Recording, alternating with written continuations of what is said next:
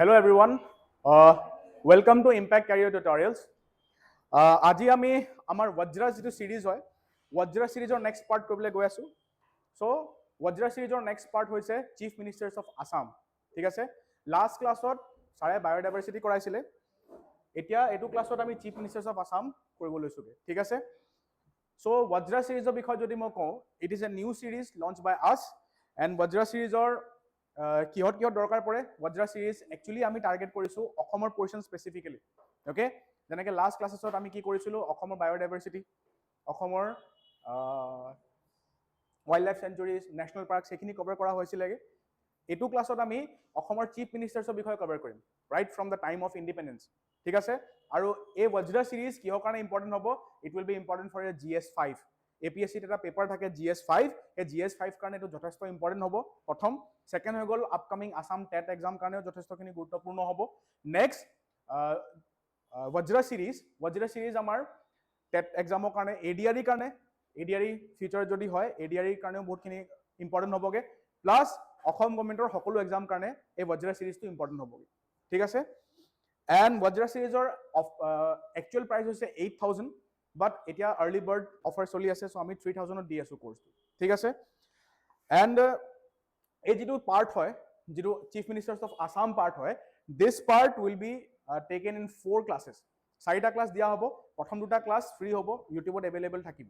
Okay, আৰু বাকী এই ক্লাছেছৰ PDF যদি বিচাৰে বা আৰু এক্সেছ যদি বিচাৰে, you can download our app from the Play Store Impact Career Tutorials, আৰু তাৰ পৰা আপোনালোকে ইয়াৰ PDFs পাই যাবগে, এপত পাবগে। ঠিক আছে, চ' এতিয়া আমি ষ্টাৰ্ট কৰোঁ। Why is the chief minister series important? Important কিয় হয় চিফ মিনিষ্টাৰ সিৰিজটো আমাৰ কাৰণে? ইট ইজ ইম্পৰ্টেণ্ট বিকজ আজিলৈকে মই ভাবোঁ যে চিফ মিনিষ্টাৰ সিৰিজটো বেলেগ ক'তো কভাৰ হোৱা নাই।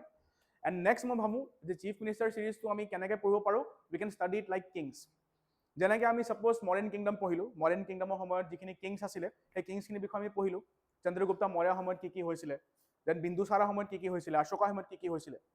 ঠিক আছে, একজেক্টলি যেন যেতিয়া মোগল কিংডম পঢ়োঁ, মোগল কিংডমৰ সময়ত আমি পঢ়োঁ আকবৰ সময়ত কি কি হৈছিলে। ঠিক আছে, দেন জাহাংগীৰ টাইমত কি কি হৈছিলে, শ্বাহজাহান টাইমত কি কি হৈছিলে। ঠিক তেনেকৈ আমি কি কৰিব লাগে, আমি আমাৰ অসমৰ যিমান চিফ মিনিষ্টাৰ্ছ আছে সকলোৰ সময়ত কি কি হৈছিলে অসমত, প্লাছ নেশ্যনেল লেভেলত কি কি কাম চলি আছিলে, what was going on in the national level, সেইখিনিও আমি চাব লাগে। ঠিক আছে, চ' নেশ্যনেল লেভেলত কি চলি আছে, ষ্টেট লেভেলত কি চলি আছে, কেনেকৈ আমাৰ চিফ মিনিষ্টাৰ্ছে কি কি কাম কৰিছিলে, সেইখিনি বস্তু আমি চাই লওঁগে এইটো সিৰিজত। ঠিক আছে, চ' আজি আমি দুজন চিফ মিনিষ্টাৰ ডিছকাছ কৰিম।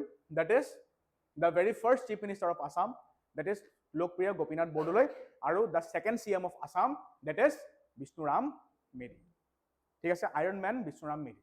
Okay, alright. আমাৰ এজন প্ৰথম CM আছিলে, তেখেতৰ নাম আছিলে লোকপ্ৰিয় গোপীনাথ বৰদলৈ। অ'কে, চ' তেখেতৰ বিষয়ে আমি চাই লওঁ। He was the first chief minister of Assam from June 1947 to August 1950, 5 August 1950। সেইটো কাৰণে 5 আগষ্ট 1950 আমি তেখেতৰ ডেথ এনিভাৰ্চাৰী অবজাৰ্ভ কৰোঁগে। ঠিক আছে, he was also' the chairman of the North east frontier Tribal Areas and Assam Excluded and Partially Excluded Areas Sub Committee in the constituent assembly. যেতিয়া constituent এছেম্বলিয়ে সংবিধান বনোৱা কাম চলাই আছিলে, তেতিয়া তেখেতে কনষ্টিটুৱেণ্ট এছেম্বলি এটা ইম্পৰ্টেণ্ট পাৰ্ট আছিলেগে। ঠিক আছে, ঠিক সেইধৰণে যেনেকৈ আমাৰ মহম্মদ শ্বাহাদুল্লাহ, অসমৰ পৰা মহম্মদ শ্বাহাদুল্লাহ ড্ৰাফটিং কমিটিত এটা পাৰ্ট আছিলে আণ্ডাৰ BR আম্বেদকাৰ, ঠিক তেনেকৈ গোপীনাথ বৰদলৈ এটা পাৰ্ট আছিলে। He was a chairman of the North east frontier Tribal Areas and Assam Excluded and Partially Excluded Areas Sub Committee in the constituent Assembly. ঠিক আছে, আৰু the then governor of Assam Jairam Daulat Ram conferred him with the title Lokpriya. Lokpriya বুলি ক'লে loved by all. তো এনেকুৱা টাইপৰ question আহিব পাৰে, who conferred the title Lokpriya on Gopinath Bordoloi. Gopinath Bordoloi লোকপ্ৰিয় টাইটেলটো কোনে দিছিলে? তেনেকুৱা টাইপৰ কুৱেশ্যন MCQ বেলেগ এক্সামছৰ কাৰণে MCQ এণ্ড APSC কাৰণে ষ্টেটমেণ্ট দিব পাৰে যে the governor of Assam Jairam Das Daulat Ram conferred the title Lokpriya on Gopinath Bordoloi. Is the statement correct or wrong? ষ্টেটমেণ্টটো কাৰেক্ট হ'ব। ঠিক আছে, সেইটো মনত ৰাখিব লাগে। দেন আমি এটা বস্তু চাই লওঁ his most important contribution is Assam's position. অসমৰ পজিশ্যন কেনেকুৱা ধৰণৰ আছিলেগে during the time of independence, because ইণ্ডিপেণ্ডেন্সৰ সময়ত যেতিয়া কেবিনেট মিছন প্লেন আহিছে ইণ্ডিয়ালৈ, সেইটো সময়ত কি আছিলেগে, সেইটো সময়ত there was a big confusion যে অসম কাৰ পাৰ্ট হ'বগে, ঠিক আছে। লুকিং এট দ্য মানে পপুলেশ্যন, বহুত মানুহে কি কৰিছিলে অসমক মানে অসমৰ আইডেণ্টিটি ক্ৰাইচিছ হৈ গৈছিলে সেই টাইমত, আৰু এইটো বহুতে বিলিভ কৰিছিলে যে Assam would have been a part of Pakistan, ঠিক আছে, because of the grouping system. চক মই কৈ দিছোঁ, the grouping plan and Assam. The British cabinet mission in 1946 proposed dividing British into 3 groups, British India into 3 groups, with Assam and Bengal in Group C, which Bordoloi opposed. A Group C যিখিনি ষ্টেটত ৰখা হৈছিলে, those states were about to be part of Pakistan, ঠিক আছে। Gopinath Bordoloi strongly advocated for Assam to remain a province, not to be merged with Bengal, and rejected the demand for Pakistan. On July 16, 1946, Bordoloi moved a resolution in the Assam Assembly rejecting the grouping scheme and preventing Assam from merging with other provinces. ঠিক আছে, বেংগল লগত merge হোৱাৰ পৰা বছা east Bengal লগত merge হোৱাৰ পৰা তেখেতে কনষ্টিটিউয়েণ্ট এছেম্বলিত ষ্ট্ৰংলি এডভোকেট কৰিলে। তেখেতে ক'লে যে Assam has a separate identity, separate group of people, ইয়াত বহুত জনগোষ্ঠী আছে, বিভিন্ন ধৰণৰ জনগোষ্ঠী, বিভিন্ন ধৰণৰ মানুহ থাকে, আমি আমাৰ স্পেচিয়েল আইডেণ্টিটি আছে, ছেপাৰেট আইডেণ্টিটি আছে, ছেপাৰেট ৰিলিজন আছে আমাৰ, সেইটো কাৰণে আমি we cannot become a part of East Bengal, ঠিক আছে। Then Gopinath Bordoloi also' sought the help of the father of nation Mahatma Gandhi. তেতিয়ালৈকে মহাত্মা গান্ধী জীয়াই আছিলেগে, তেখেত ঢুকাইছে, কেতিয়া ঢুকাইছেগে, জানুৱাৰী 1948 ঢুকাইছেগে, ঠিক আছে। বাট তাৰ আগলৈকে মহাত্মা গান্ধী জীয়াই আছিলে, মহাত্মা গান্ধীয়েও গোপীনাথ বৰদলৈ এই ইনিচিয়েটিভটোক ছাপোৰ্ট কৰিছিলে, ঠিক আছে। তাৰ পাছত বৰদলৈ's leadership saved Assam from merging with Pakistan, ensuring it remained an integral part of India after 15 August 1947. But still ইয়াৰ পাছতো কেইটামান এনেকুৱা ডিষ্ট্ৰিক্টছ আছিলে অসমৰ যিখিনি পাছত ইণ্ডিপেণ্ডেন্স পাইছেগে, যেনেকৈ 17-18 আগষ্টত ইণ্ডিপেণ্ডেন্স পাইছে, they have become a part of India, যেনেকৈ কৰিমগঞ্জ, ঠিক আছে। Karimganj got its independence later, মানে কনফিউজন আছিলে পাকিস্তানৰ পাৰ্ট হৈ যাব নে ইণ্ডিয়া পাৰ্ট থাকিবগে, তেনেকুৱা কেইটামান ডিষ্ট্ৰিক্টছ আৰু আছেগে, ঠিক আছে। এটা ক্ৰিটিকেল কেছ হৈ গ'ল চিলেট, ঠিক আছে, চিলেট হৈ গ'ল, কৰিমগঞ্জ হৈ গ'ল, ঠিক আছে। দেন এটা বেংগলৰ ডিষ্ট্ৰিক্ট এটা আছে নোৱাখালী, সেই জেগাখিনি কি হয়, দোজ ৱেৰ ডিছপিউটেড প্লেচেছ, মানে কনফিউজন আছিলে যে কেতিয়া গৈ এই জেগাবিলাক কি হ'বগে, মানে ইণ্ডিয়াৰ পাৰ্ট হ'ব নে পাকিস্তানৰ পাৰ্ট হ'ব, ঠিক আছে।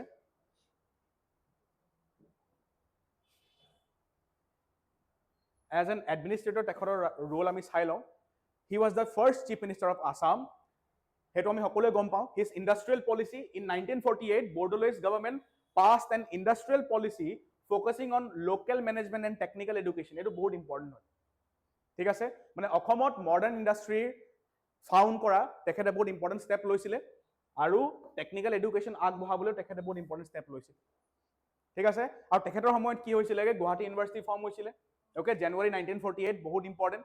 এণ্ড এডুকেশ্যন ইনিচিয়েটিভ আমি গম পাওঁ তেখেতৰ কাৰণে কি হৈছিলেগে, আছাম মেডিকেল কলেজ ফৰ্ম হৈছিলেগে, জন বেৰিৱাইট স্কুলৰ পৰা আছাম মেডিকেল কলেজলৈ কনভাৰ্ট হৈছিলে তেখেতৰ সময়তে, okay. Welfare and development, Bordoloi worked on the welfare of the tribal people, promoting Hindi, and helped establish the Guwahati High Court in 1948. Guwahati High Court তেখেতৰ সময়তে form কৰা হৈছিল। তো ষ্টেটমেণ্টছ আপোনালোকে এনেকৈ দিব পাৰে যে গুৱাহাটী হাই কোৰ্ট কেতিয়া ফৰ্ম কৰা হৈছিল বা কাৰ ৰাজত্বকালত ফৰ্ম কৰা হৈছিল, ইয়াৰ নিদিব, they will give you nothing, অকল কি দি দিব, গুৱাহাটী হাই কোৰ্ট কাৰ ৰাজত্বকালত ফৰ্ম কৰা হৈছিল। ষ্টেটমেণ্ট দি দিব Guwahati high court was form during the reign of Bishnuram Medhi, তো ষ্টেটমেণ্টটো ৰং হ'বগৈ, because it was form during the time of Gopinath Bordoloi, ঠিক আছে। প্লাছ আমি চাব লাগে একচুৱেলি হৈছিলে কি, তেখেতে এডুকেশ্যন কাৰণে ইমান বেছি ভাবিবলৈ কিয় বাধ্য হৈ গ'ল, why was he so' much focused on imparting education in industry, have you thought about it, why? এটা মেইন কাৰণ হৈ গ'ল the partition of India, because যেতিয়া ইণ্ডিয়া পাৰ্টিশ্যন হৈছে, ইণ্ডিয়া পাৰ্টিশ্যন হোৱা টাইমত Gopinath Bordoloi was the chief minister of Assam, ঠিক আছে। আৰু সেই সময়ত কি হৈছেগে, সেইটো সময়ত আমি ক'ব পাৰোঁ যে Assam was connected with the main India through A very narrow' passage, যাক কি বুলি কোৱা হয়, চিকেন নেক বুলি কোৱা হয় তাক বা শিলিগুৰি কৰিডৰ বুলি কোৱা হয় it is only around 22 kilometre wide ঠিক আছে যেটো কাৰণে কি হৈছিলেগে অসম আৰু বাকি ইণ্ডিয়াৰ কানেক্টিভিটি বহুত কাট খাই গৈছিল এণ্ড কাট খোৱাৰ কাৰণে আমাৰ ইয়াৰ পৰা ট্ৰান্সপৰ্ট এণ্ড কমিউনিকেশ্যন ফেচিলিটিও বহুত কমি গৈছিলেগে আৰু ট্ৰান্সপৰ্ট এণ্ড কমিউনিকেশ্যন কমি যোৱাৰ কাৰণে কি হৈছিলেগে আমাৰ ইয়াৰ পৰা ইউথসকল বাহিৰত গৈ পঢ়িব পৰা নাছিলেগে তো ফেচিলিটি বহুত কমি গৈছিলে যেতিয়া কমিউনিকেশ্যন কমি যায় তেতিয়া বহুতখিনি আমাৰ লাইফষ্টাইলত হেম্পাৰ পৰেগে সেইটো কাৰণে গোপীনাথ বৰদলৈ মিনিষ্ট্ৰী এটা ইনিচিয়েটিভ ভাবিলে যে তেখেতসকলে ক'লে যে ঠিক আছে আমাৰ কলকাতাৰ লগত বা বেংগলৰ লগত কানেক্টিভিটি কমি গৈছে যদিও কি হৈছে আমি ইয়াতে কি কৰিম ইয়াতে আমি এডুকেশ্যনেল ফেচিলিটি দিবলৈ ট্ৰাই কৰিম ঠিক আছে সেইটো কাৰণে গুৱাহাটী ইউনিভাৰ্চিটি ফৰ্ম কৰিলেগে এন ইম্পৰ্টেণ্ট ষ্টেপ নহ'লে আগতে কি হৈছিলে আগত যেতিয়া আমি মডাৰ্ণ আছাম হিষ্ট্ৰী পঢ়োঁ তাত আমি এটা বস্তু গম পাওঁ যে মডাৰ্ণ আছাম হিষ্ট্ৰীত এটা বস্তু আমি দেখিব পাৰিছোঁ যে যিমান আগৰ দিনৰ যিখিনি ফেমাছ মানুহ আছিলে including Gopinath Bordoloi himself all of them have studied their education done their education in কলকাতাত গৈ এডুকেশ্যন লৈছে ঠিক আছে if you study that period Asomiya ভাষা উন্নতি সাধিনী সভা সেইটো ক'ত ফৰ্ম কৰিছিল বা সেইখিনি মেইন কাম ক'ত কৰিছিল কলিকতাত কাম হৈছিল এইখিনি বিকজ সেইটো টাইমত কলিকতাত ভাল এডুকেশ্যন প্ৰভাইড কৰা হৈছিলে আমাৰ ইয়াত সেই বস্তুটো লেগিং আছিলে বা যেতিয়া ইণ্ডিয়া পাৰ্টিশ্যন হৈছে তেতিয়া গোপীনাথ বৰদলৈ মিনিষ্ট্ৰীয়ে সেই নিড টু ফিল কৰিলেগে তেখেতে ক'লে যে আমি কি কৰিব লাগে we have to bring quality education to Assam ঠিক আছে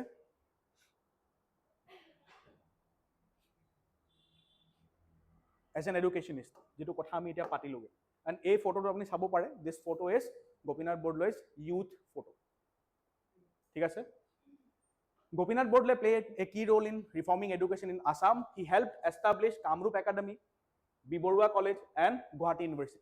Bordle was passionate about improving higher education in Assam. He was instrumental in the establishment of Assam Agricultural College. जो पासत गए की होलगे? Assam Agricultural College पासत गए की होलगे? University. तार पासत Assam Medical College and Assam Veterinary College.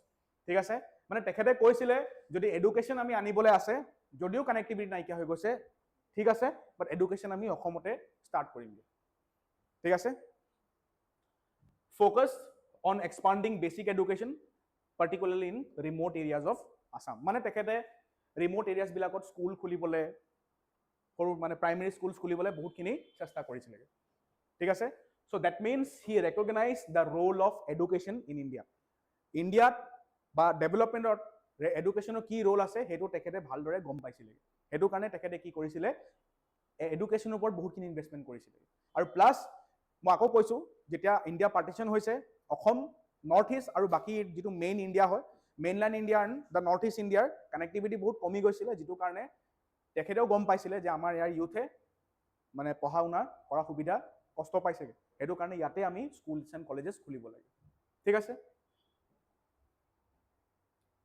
Hill autonomy. Tribal welfare. Gopinath Bordle was deeply concerned about preserving the culture, language, and way of life of the tribal people. Constituent Assembly role. He chaired the subcommittee on Northeast Frontier Tribal Areas and Assam Excluded Areas in the Advisory Committee on Fundamental Rights. Eto important hobo. Committee naam di dibo heti. Kuntu committee Gopinath Bordle asilege. Committee bilakor naam monot hobo lage apnaloge. Thik ase? In the Constituent Assembly. Bordle advocated for establishment of autonomous district councils for tribal groups to prevent exploitation and encroachment. Etu monot rakhibo. Autonomous district councils for tribal groupings to prevent exploitation and encroachment.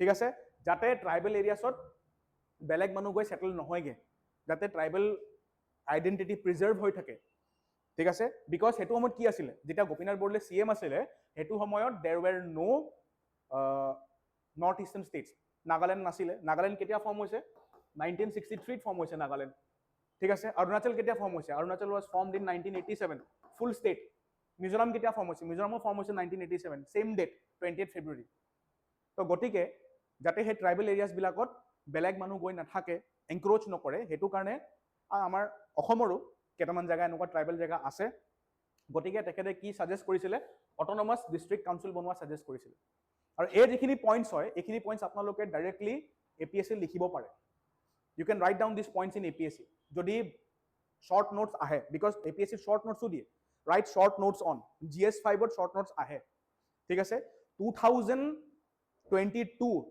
ফেব্ৰুৱাৰী মাহত যেটো mains হৈছিলে APSC তাত short notes আহিছে কিন্তু write short notes on the following Mamoni ৰসম Goswami আহিছে doctor Bhupen Hazarika আহিছে তেনেকুৱা short note আহিছে কিন্তু এনে short notes খিনিত আপোনালোকে লিখিব পাৰে you can write down these points যে গোপীনাথ বৰদলৈৰ contributions কি আছিলে এনেকৈ ভাগ কৰিও লিখিব পাৰে বা you can write down paragraph wise also ঠিক আছে sixth schedule his efforts led to the inclusion of provisions in the sixth schedule of the constitution empowering district councils on land forests and other local matters sixth schedule ওপৰত তেখেতে কাম কৰিছিলে sixth schedule কি হয় what is sixth schedule today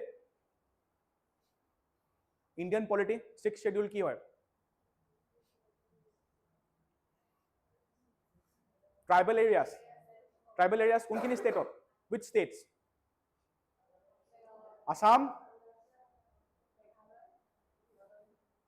হেতু static part হয় হেতু মই ইয়াত নকওঁ দ্যাট ইজ স্ট্যাটিক পার্ট জানিব লাগে হে পার্টটো কিন্তু ঠিক আছে একদম বেসিক স্ট্যাটিক পার্ট হয় সিক্স শিডিউল বাট এটা বস্তু হয় অসম ইনক্লুডেড হয় কিন্তু তো সিক্স শিডিউলৰ আন্ডাৰত অটোনমাস কাউন্সিল আছে আমাৰ অসমত কেইবাটা অটোনমাস কাউন্সিল আছে বাট ৰেকগনাইজড কাউন্সিলছ কেইটা আছে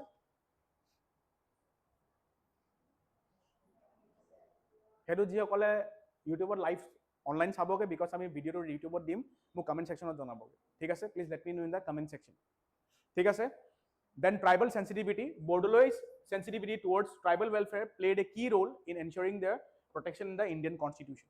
ঠিক আছে এই কমিটি নামটো মনত থোৱাটো যথেষ্ট ইম্পৰ্টেণ্ট হয় north east frontier tribal areas and Assam excluded areas in the advisory committee on fundamental rights plus six শ্বেডিউলত তেখেতৰ কিহৰ মানে কি কেনেকুৱা ধৰণৰ কণ্ট্ৰিবিউশ্যন আছিলে ছিক্স শ্বেডিউলত দুটা বস্তু মনত ৰাখিব লাগে in case of hill autonomy next হৈ গ'ল এ ট্ৰু গান্ধীয়ান এইটো আমি সকলোৱে গম পাওঁ যে Gopinath Bordoloi was very much inspired by the life and ideas of the father of nation Mahatma Gandhi ঠিক আছে যিটো কাৰণে তেখেতে কি কৰিলে গান্ধীয়ান ছ'চিয়েলিজম এডভকেট কৰিছিলেগে বিকজ আমি সকলোৱে গম পাওঁ 1950 পাছত যেতিয়া ইণ্ডিয়াই ইকনমিক মডেল এটা এডপ্ট কৰিছিলে ইণ্ডিয়াৰ ইকনমিক মডেল কেনেকুৱা আছিলে মিক্সড ইকনমি আছিলে দুটাই মডেল আছিলে ক্যাপিটালিস্টো আছিলে সোশ্যালিস্টো আছিলে বাট এটা বস্তু আমি সকলোৱে গম পাওঁ আমাৰ ইণ্ডিয়ান যেটো ইকনমি আছিলে till 1991 it was heavily bent towards socialism আৰু কেনেকুৱা টাইপৰ socialism Gandhian socialism Marxian socialism নহয় গান্ধীয়ান সোশ্যালিজমক আমি বেছি ফলো কৰিছিলো ঠিক আছে so Gopinath Bordoloi was a Gandhian socialist aiming for an egalitarian society based on justice and fairness ঠিক আছে খাদী প্ৰমোশন এটো আমি সকলোৱে গম পাওঁ যদি মহাত্মা গান্ধীক ফলো কৰা হয় দেন খাদী প্ৰমোশন অবভিয়াসলি এটা ইম্পৰ্টেন্ট পাৰ্ট বনি যায়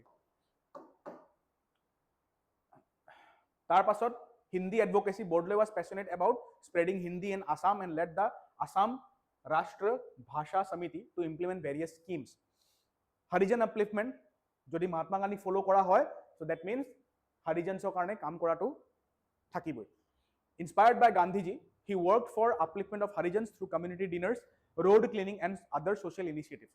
Social reforms, Bordoloi focused on eradicating alcohol consumption and improving literacy, reflecting his dedication to Gandhian ideals.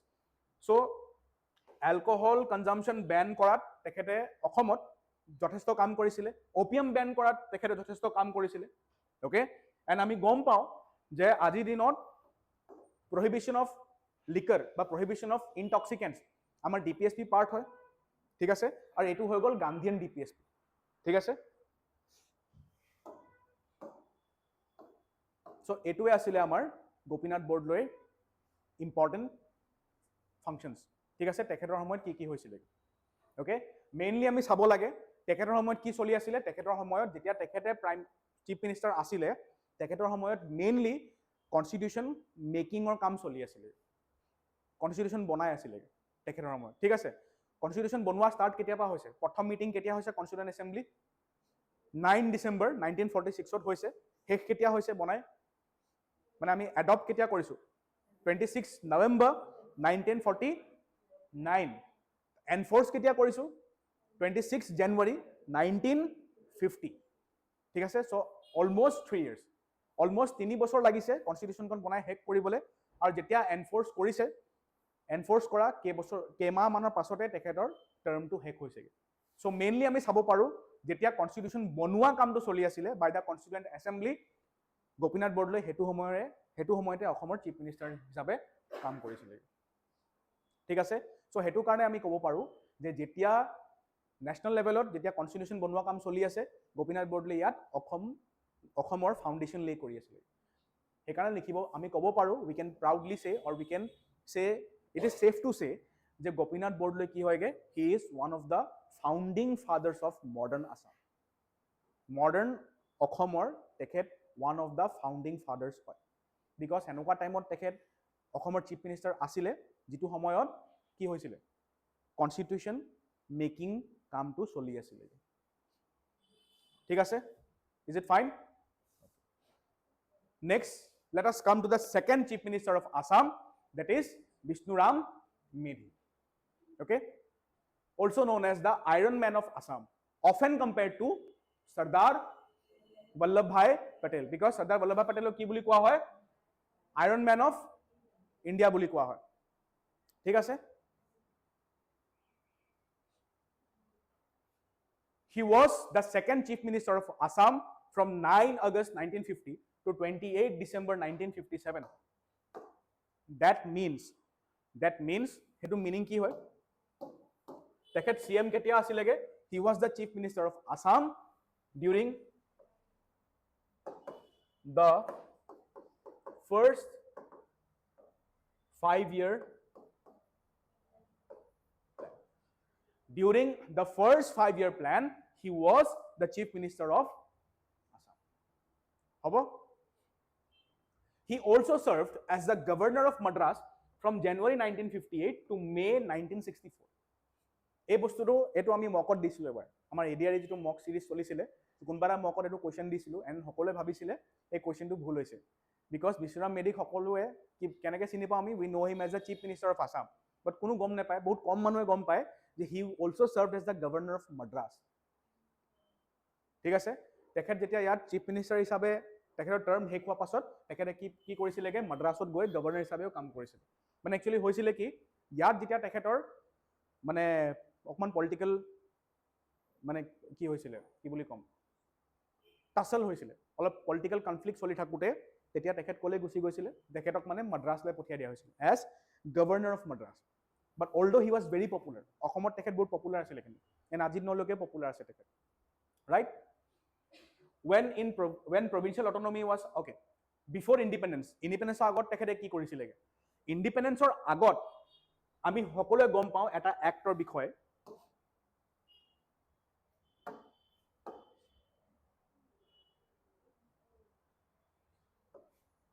Government of India Act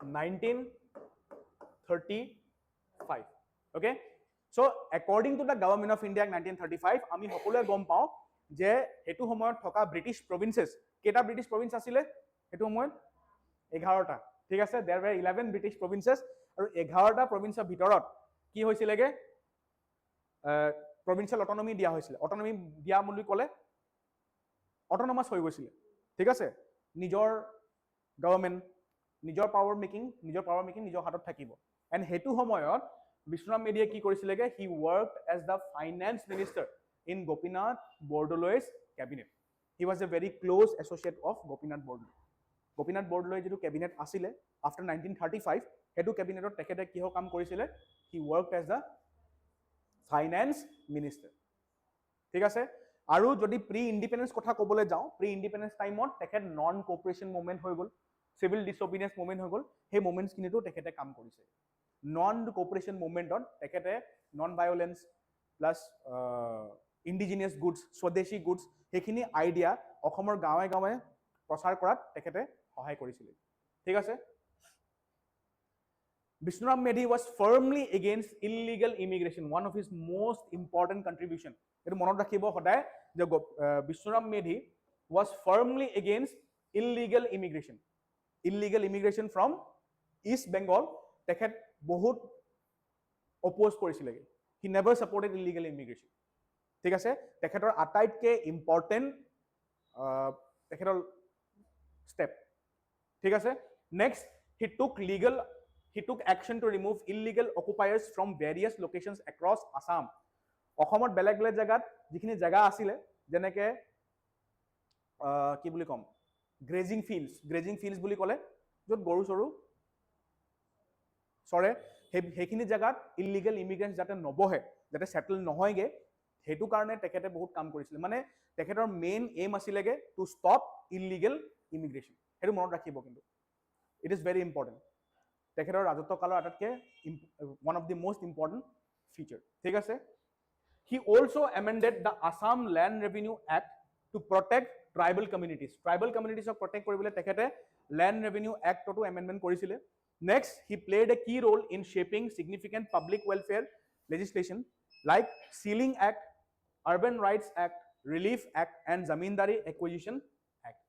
Mane amar অসমক এটা welfare state বা এটা welfare জেগালে convert koribole tekhete ekhini steps loisile.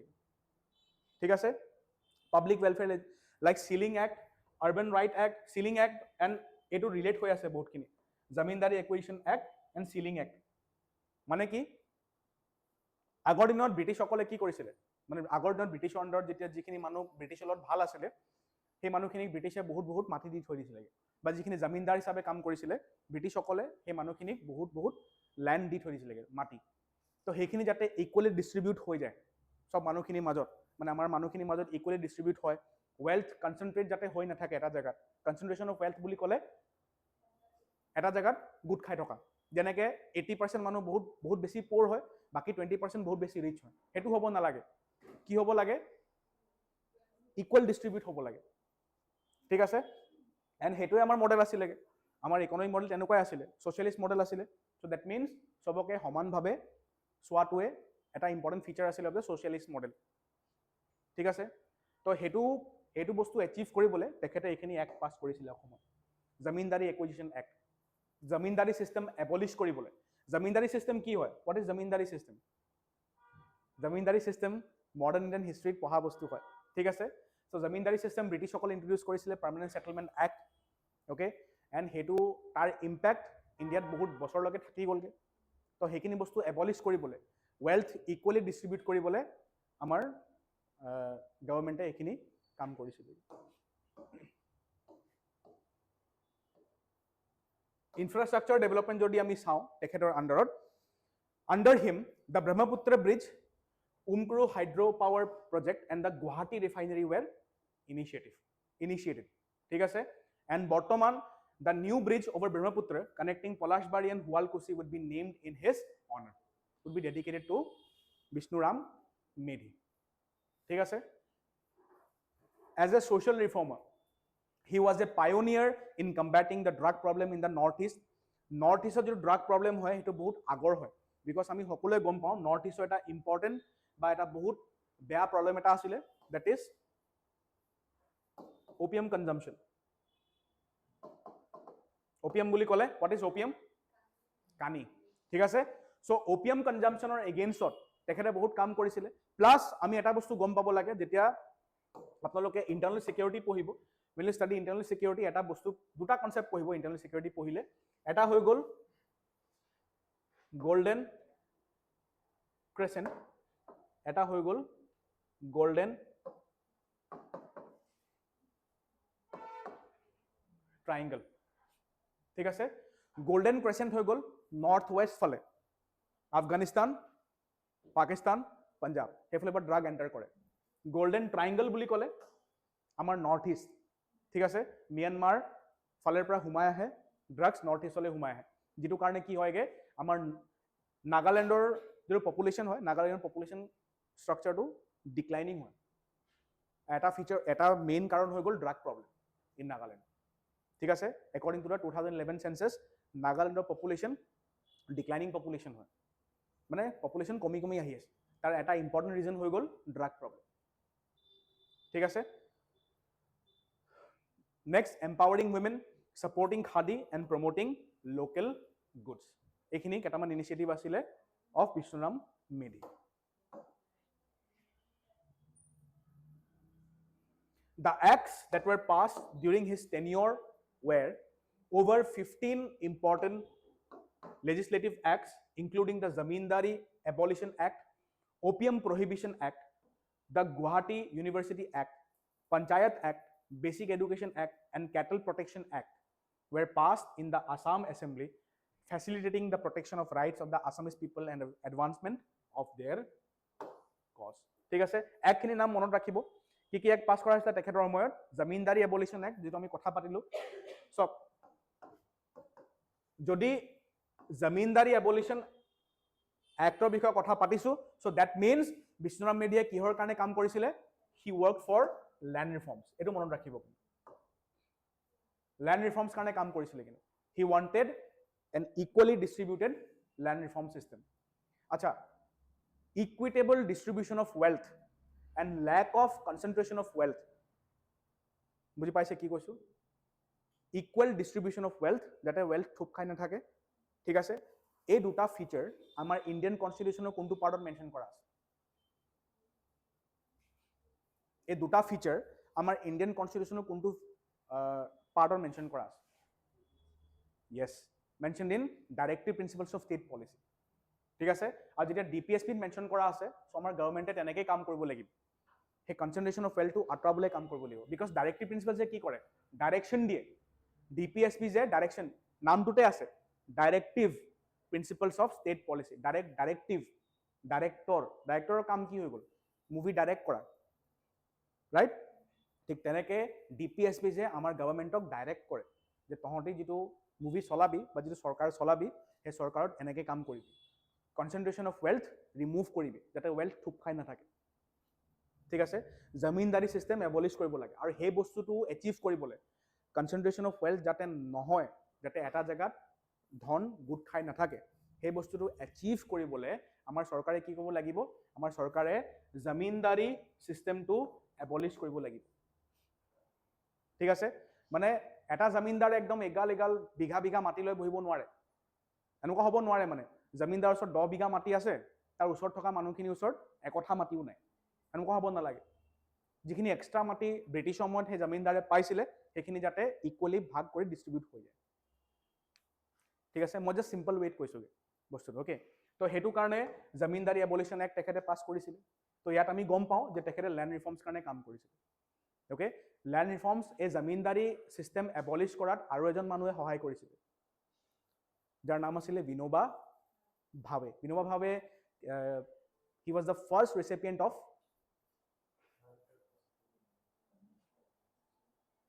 Raman Magsaysay award, এছিয়াৰ Nobel prize. First recipient কোন আছিলেগে? Vinoba Bhave. And Vinoba Bhave was the first individual satyagrahi also'.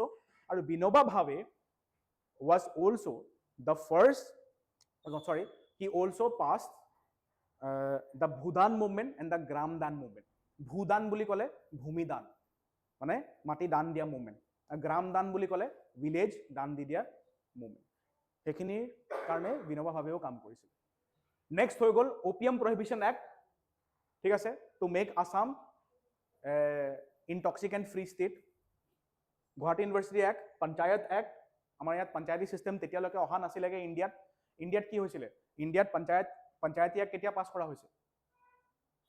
কোনখন constitutional এমেণ্ডমেণ্টত panchayat became part of the constitution? 73rd, yes. Under the 73rd Amendment Act, panchayats became a part of the constitution. তাৰ আগতে মানে 1992 আগতে কি আছিলেগে? পঞ্চায়তৰ নিজৰ নিজৰ পঞ্চায়ত আছিলে চবৰে। কিছুমান ষ্টেটত পঞ্চায়ত থাকিব, লোকেল পঞ্চায়ত নিজৰ নিজৰভাৱে অৰ্গেনাইজ কৰিছিলে সকলোৱে।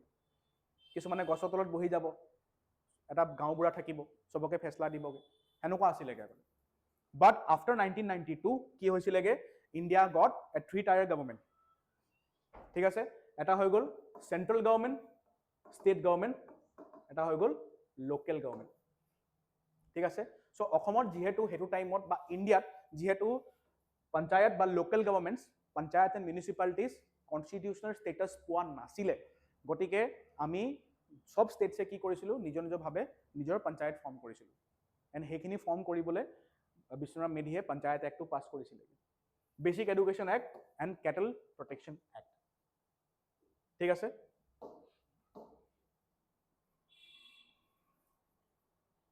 দুবাৰ আহি গ'ল এইটো। আৰু এটা ইম্পৰ্টেণ্ট ফেজ যিটো তেখেতৰ টাইমত তেখেতে ফেচ কৰিছিলে, that is the Naga insurgency. Okay, যেতিয়া বিষ্ণুৰাম মেধিৰ কথা লিখিব এক্সামত, যদি তেখেতৰ ওপৰত শ্বৰ্ট নোট আহে, তেতিয়া আপোনালোকে কি কৰিবগৈ, you write about the land reforms, ঠিক আছে। আৰু এটা ইম্পৰ্টেণ্ট মই কি কৈছিলোঁ, ইলিগেল ইমিগ্ৰেশ্যন, নেক্সট হৈ গ'ল নাগা ইনচাৰ্জেঞ্চি। তিনিটা ইম্পৰ্টেণ্ট বস্তু লিখিব লাগিব বিষ্ণুৰাম মেধিৰ ওপৰত যদি কিবা লিখিব আহে।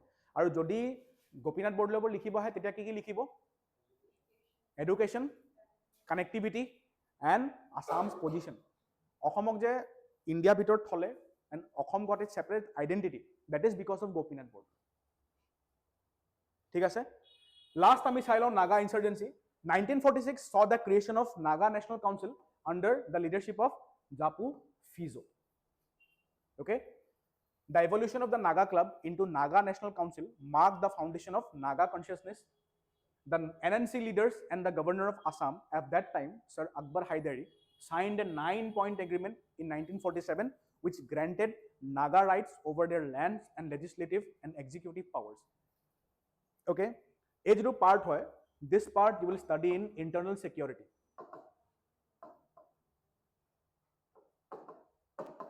Internal security এই পাৰ্টটো ডিটেইলত পঢ়োৱা হ'ব for your mains. Okay, মই জাষ্ট কৈছোঁ যে নাগা ইনচাৰ্জেঞ্চিটো জন্ম লৈছিলে 1946ৰ সময়ত। সেই বস্তুটো বেছি কেতিয়া হৈ গ'লগৈ, যেতিয়া বিষ্ণুৰাম মেধি CM আছিলে অসমত। তেখেত CM হৈ থাকোঁতে নাগা ইনচাৰ্জেঞ্চি বহুত বাঢ়ি গৈছিলে, যাৰ ফলত কি হৈছিলেগৈ, 1963ত টুৱেনচাং এণ্ড নাগা হিল ডিষ্ট্ৰিক্টক অসম পৰা ছেপাৰেট কৰি এটা ছেপাৰেট নাগা লেণ্ড বনাই দিয়া হৈছিল, ঠিক আছে। এটা ডিষ্ট্ৰিক্ট আছে টুৱেনচাং। The Tuensang district, the Tuensang and the Naga Hill district of Assam were separated to form the Nagaland in 1963. ঠিক আছে। The Naga insurgency climaxed in 1956 আৰু ইয়াৰ এগেইনষ্টত বিষ্ণুৰাম মেধিয়ে বহুত কি কয় ষ্ট্ৰংলি কাম কৰিছিল, ঠিক আছে। যাৰ ফলত মই কৈছোঁ এই ইলিগেল ইমিগ্ৰেশ্যন আৰু নাগা ইনচাৰ্জেঞ্চি যিখিনি দুটা কাম তেখেতৰ ৰাজত্ব কালৰ ইম্পৰ্টেণ্ট হয়, যাৰ ফলত কি হৈছিলে, তেখেতৰ নিজৰ লগৰখিনিৰ লগতে বহুতখিনিৰ লগত তেখেত বেয়া হৈ গৈছিলে। আৰু সেইটো কাৰণে তেখেতক কি কৰা হৈছিলে, ফ্ৰম 1958 till 1963 তেখেতক গভৰ্ণৰ অফ মাদ্ৰাছ হিচাপে মাদ্ৰাছলৈ পঠিয়াই দিয়া হৈছিলে, ঠিক আছে।